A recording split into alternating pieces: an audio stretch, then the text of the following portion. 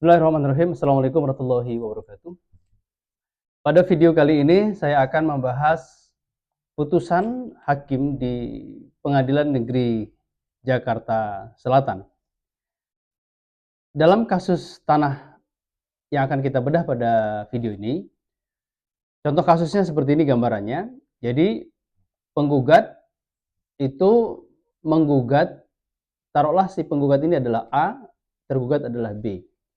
Jadi si penggugat itu melakukan gugatan kepada B dengan alasan bahwa orang tuanya tidak pernah menjual tanah. Tidak pernah menjual tanah. Nah, tetapi posisinya adalah orang tua dari penggugat ini sudah meninggal semuanya. Sudah meninggal, sudah almarhum. Kemudian tergugat itu merasa bahwa mengklaim dirinya telah membeli tanah dan rumah ini dan bangunan itu melalui orang tua dari penggugat. Kapan jual belinya? Jual belinya pada tahun 1990. Dan gugatan terjadi pada tahun 2024. Dan perkara ini sudah selesai, sudah diputus. Nah, pada kasus ini penggugat yaitu ahli waris dari ahli waris melakukan gugatan ini dengan dasar bahwa orang tuanya tidak pernah menggugat dikarenakan sertifikat yang dibeli oleh si B, oleh tergugat ini masih atas nama orang tua dari penggugat. Atas dasar itulah maka penggugat menyatakan bahwa orang tua saya belum pernah menjual kepada tergugat. Buktinya adalah sertifikat itu masih atas nama orang tua dari penggugat itu, dari orang tua dari penggugat. Nah,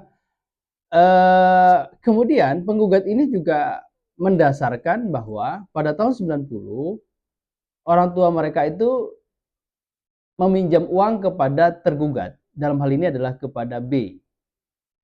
Alasan dengan pinjam uang itu, maka kemudian sertifikat itu dijaminkan kepada B. Karena katanya orang tuanya hanya meminjam uang dengan jaminan sertifikat yang kemudian dipegang oleh pihak B. Kemudian tergugat posisinya adalah dia mendalilkan bahwa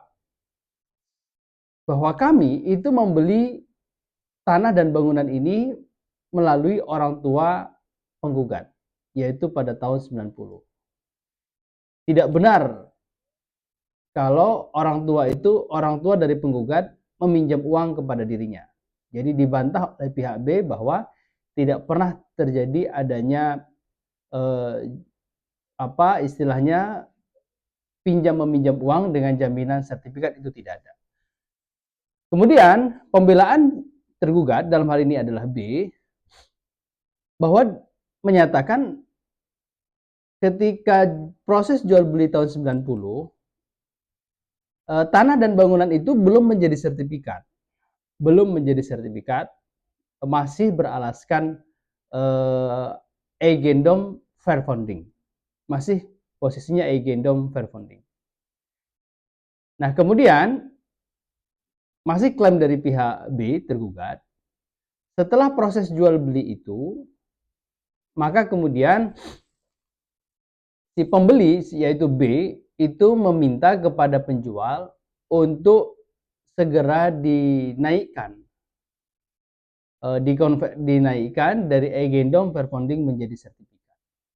Seluruh biayanya akan ditanggung oleh tergugat, dalam ini adalah pembeli.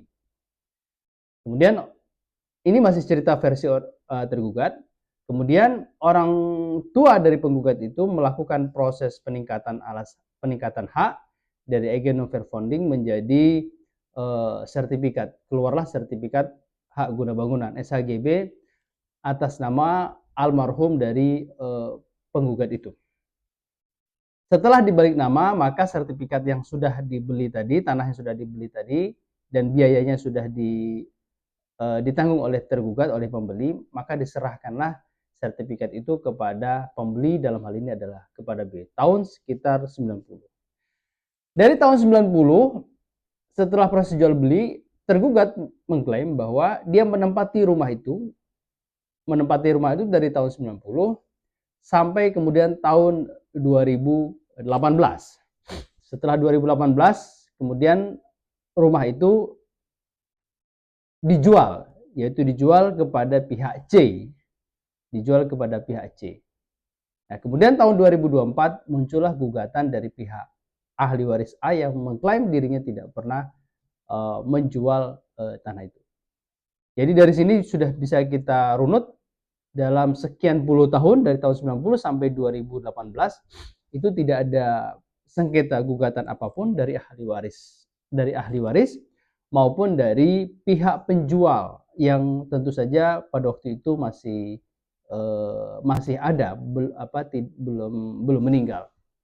Jadi rentang 90 sampai 2018 itu tidak ada perselisihan hukum apapun, baik dari orang tua penggugat maupun dari ahli waris, dalam hal ini adalah penggugat. Gugatan itu kemudian 2018 pihak B yang telah membeli kepada A tadi, orang tua A tadi, menjual kepada pihak C. Nah, tahun 2024 muncullah sengketa klaim bahwa ahli waris A mengklaim tidak pernah, orang tuanya tidak pernah menjual. Nah, kemudian di dalam putusan ini, setelah saya baca, saya pelajari bahwa pihak tergugat, yaitu dalam hal ini adalah tergugat B, pihak pembeli, dan kemudian adalah pihak C, pihak ketiga. Pihak B mengatakan bahwa pada tahun 90 dirinya membeli tanah dan bangunan ini melalui kepada orang tuanya itu hanya berdasarkan perjanjian di bawah tangan. Jadi perjanjian di bawah tangan, dan kemudian jual belinya, pembayarannya melalui uang cash, yaitu dituangkan di dalam materai pada waktu itu, dan perjanjiannya di bawah tangan. Jadi tidak menggunakan PPAT dalam hal ini, baik PPAT notaris ataupun PPAT kecamatan. Jadi hanya di bawah tangan. Setelah kemudian proses penandatanganan perjanjian jual beli di bawah tangan, kemudian penandatanganan penyerahan sertifikat kepada pihak B, ke pihak tergugat, dari orang tua di penggugat, dari orang tua dari ahli waris penggugat itu, maka kemudian seluruh perjanjian di bawah tangan tadi didaftarkan atau diwarmeking di PPAT, kemudian diwarmeking. Nah, atas dasar memegang itulah, maka kemudian pihak B itu menempati rumah hasil jual beli tadi. Nah, pertanyaannya adalah kenapa dalam rentang waktu tahun 90 sampai 2018 pihak B belum melakukan istilahnya balik nama sertifikat, atau ya balik nama begitu ya, dari pihak awal yaitu penjual kepada pihak pembeli.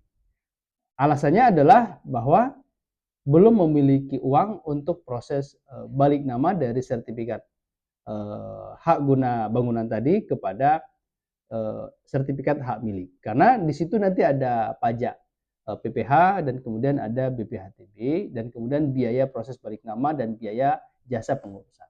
Nah, alasan itulah kemudian belum melakukan proses balik nama dari tahun 90 sampai kemudian tahun 2018, dan telah berpindah tangan menjadi pihak C hingga tahun 2024. Nah, dengan kasus seperti itu, sebetulnya bagaimana posisi tergugat, gitu ya, posisi tergugat yang kemudian digugat oleh ahli waris dari penjual tadi. Sementara posisi penjual keseluruhannya keduanya telah meninggal dunia. Nah, berkaitan dengan hal tersebut di atas, apa yang kemudian mesti dilakukan oleh pihak tergugat ketika dia mendapatkan gugatan itu? Atau sebaliknya nanti bagaimana pihak penggugat? Saya akan bedah melalui dua sisi, satu pendekatan melalui penggugat, Kalau memang penggugat merasa tidak pernah menjual, saya akan berposisi sebagai penggugat. Saya juga akan menjelaskan berposisi sebagai pihak tergugat. Pertama, saya akan menjelaskan dulu dari posisi pihak penggugat. Jadi pihak penggugat, kalau memang dia tidak, orang tuanya tidak pernah menjual atas tanah dan bangunan itu, maka penggugat mesti memperkuat dalilnya. Apa itu dalilnya? Yaitu memperkuat alat buktinya.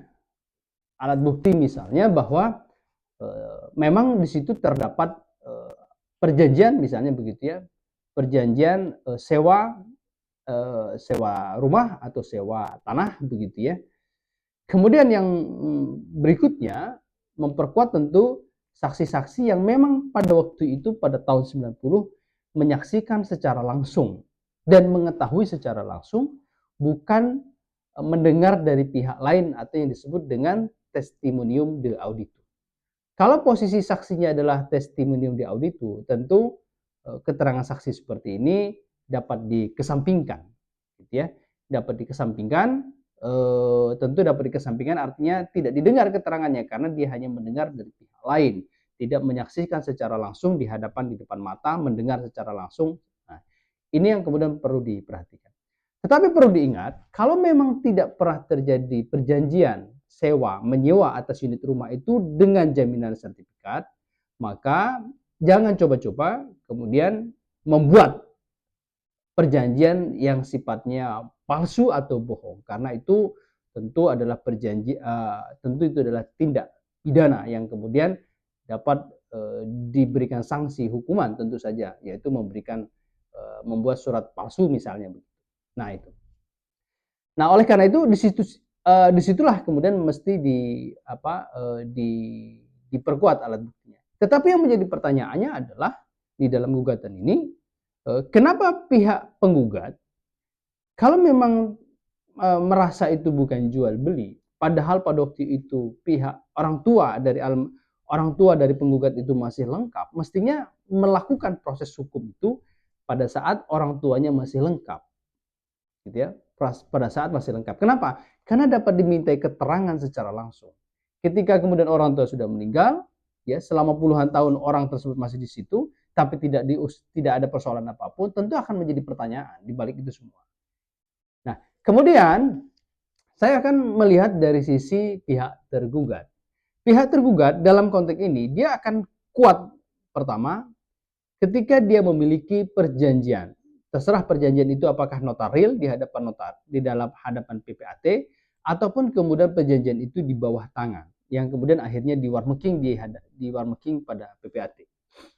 Nah, perjanjian itu di bawah tangan ya, meskipun di bawah tangan, selama itu ada perjanjian dan itu memang ditandatangani secara langsung oleh pihak penjual, oleh pihak pembeli, dan kemudian pihak penjual, kalau dia itu harta bersama, maka tentu harus ada persetujuan kedua belah pihak. Dalam hal ini adalah pihak suami dan kemudian pihak istri. Jadi pihak suami dan pihak istri itu ikut serta menyetujui proses jual beli. Di mana bentuk persetujuannya? Bentuk persetujuannya bisa saja pada saat penandatanganan di perjanjian bawah tangan tadi, ataupun pada saat ketika menandatangani kwitansi, yaitu berkaitan dengan penerimaan uang dari pihak pembeli. Nah, di situ harus kemudian diikut serta tanda tangan. Nah, ketika penjual sudah menandatangani perjanjian itu, meskipun di bawah tangan, tapi pihak suami istri telah setuju dan sepakat menjual, maka perjanjian itu adalah perjanjian yang memiliki kekuatan hukum. Kemudian yang kedua, harus dibuktikan dengan bukti pembayaran. Bukti pembayaran dalam hal ini adalah kwitansi. Tentu kwitansi nanti akan ada tanda tangan kedua belah pihak ya. Tanda tangan kedua belah pihak di sini maksudnya adalah tanda tangan dari pihak pembeli, dari pihak penjual, dalam hal ini suami istri tadi, bahwa mereka telah sepakat menjual. Kemudian di atas materai, bila perlu diberikan sidik jari dari pihak penjual.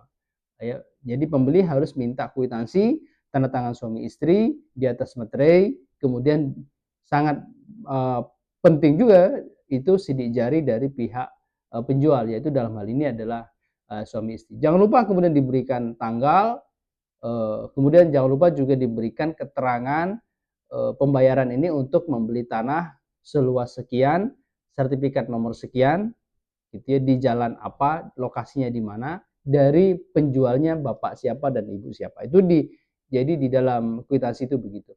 Bagaimana kalau misalnya pembayarannya berupa transfer?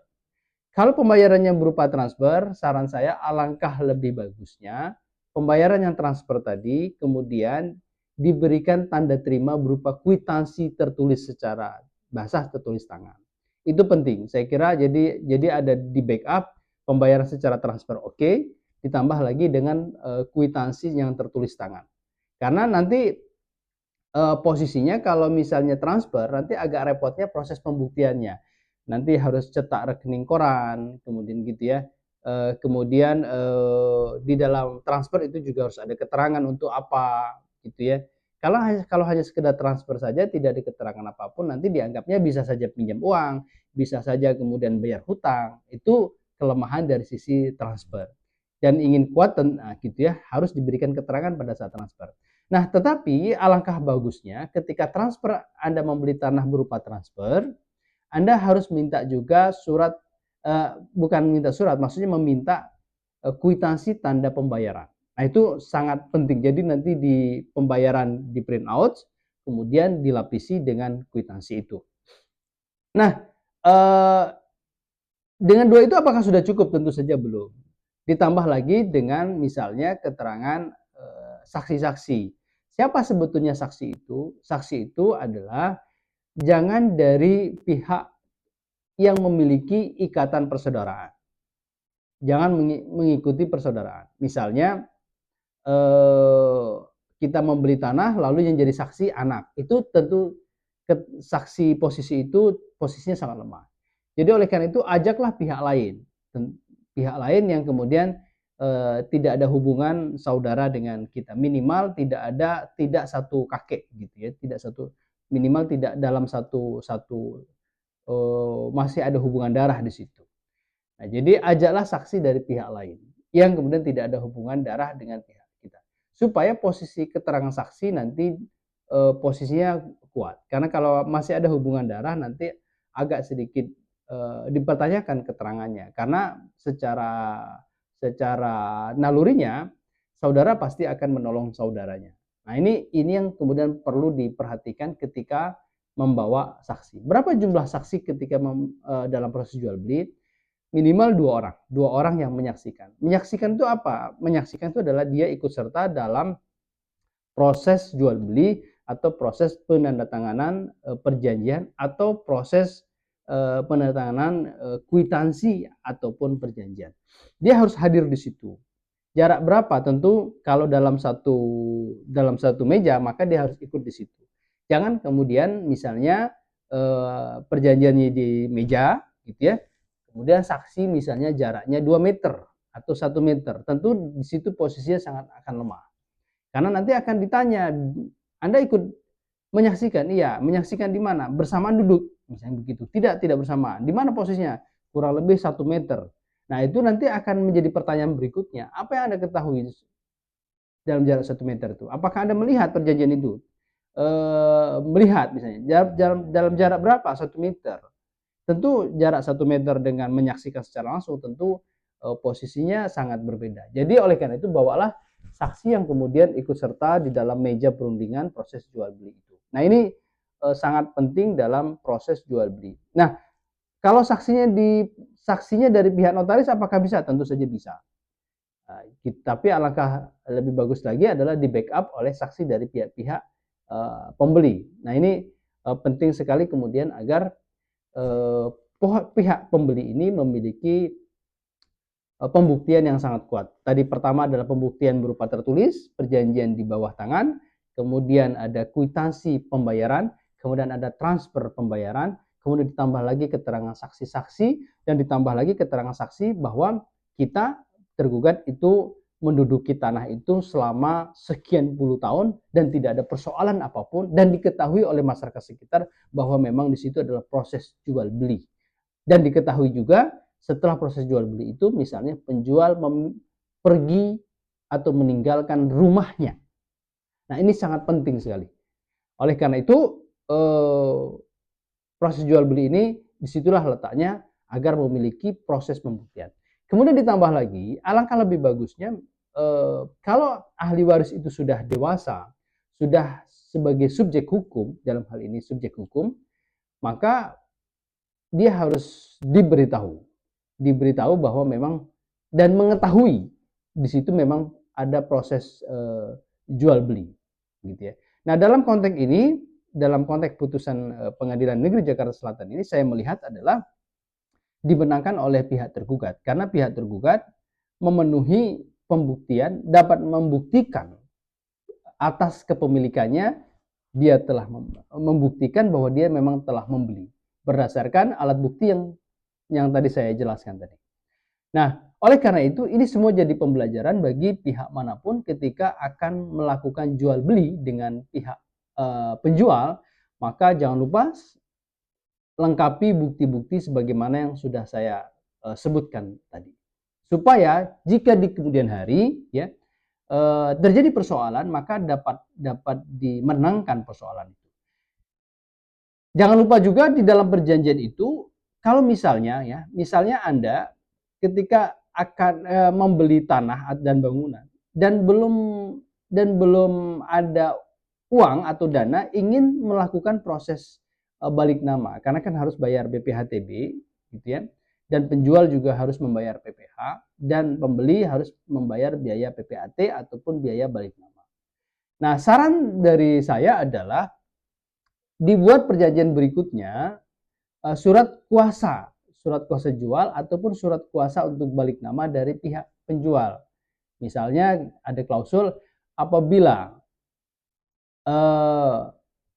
pembeli telah melunasi objek jual beli yang dibuktikan dengan kwitansi yang ditandatangani oleh pihak penjual, maka misalnya begitu ya, dapat melakukan proses balik nama atau jual beli atau menjual kepada pihak siapapun atau menandatangani, gitu ya, segala hal yang berkaitan dengan objek jual beli itu.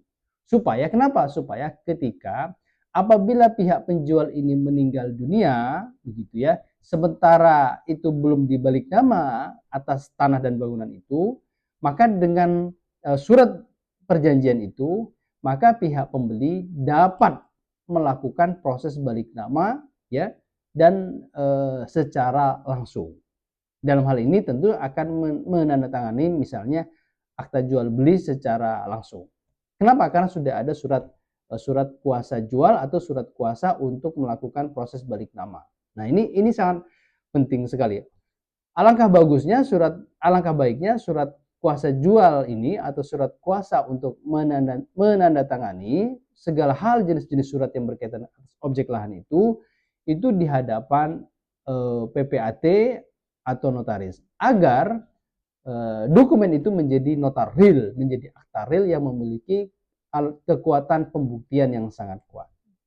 Nah, tetapi tentu saja kalau misalnya sudah almarhum, nanti pihak pembeli tentu akan menanggung ya biaya, dalam hal ini adalah pajak-pajak yang berkaitan dengan objek tanah itu yang kemudian akan dibalik nama. Nah, demikian saya kira bedah kasus pada putusan Pengadilan Negeri Jakarta Selatan ini, yang kemudian dimenangkan oleh pihak tergugat karena tergugat mampu membuktikan bahwa dirinya memang telah membeli dan menguasai tanah itu dalam sekian waktu yang sangat lama dan tidak ada proses hukum apapun ketika penjual itu masih hidup. Demikian, terima kasih. Sampai jumpa di video berikutnya. Saya akan konsisten membedah kasus putusan-putusan pengadilan yang berkaitan dengan sengketa tanah setiap hari Rabu. Jadi ikuti terus video saya setiap hari Rabu, akan membedah putusan-putusan pengadilan yang berkaitan dengan sengketa tanah ataupun sengketa bangunan akan kita bedah dua sisi tentu saja, dari sisi penggugat ataupun sisi tergugat. Demikian, terima kasih banyak, sampai jumpa.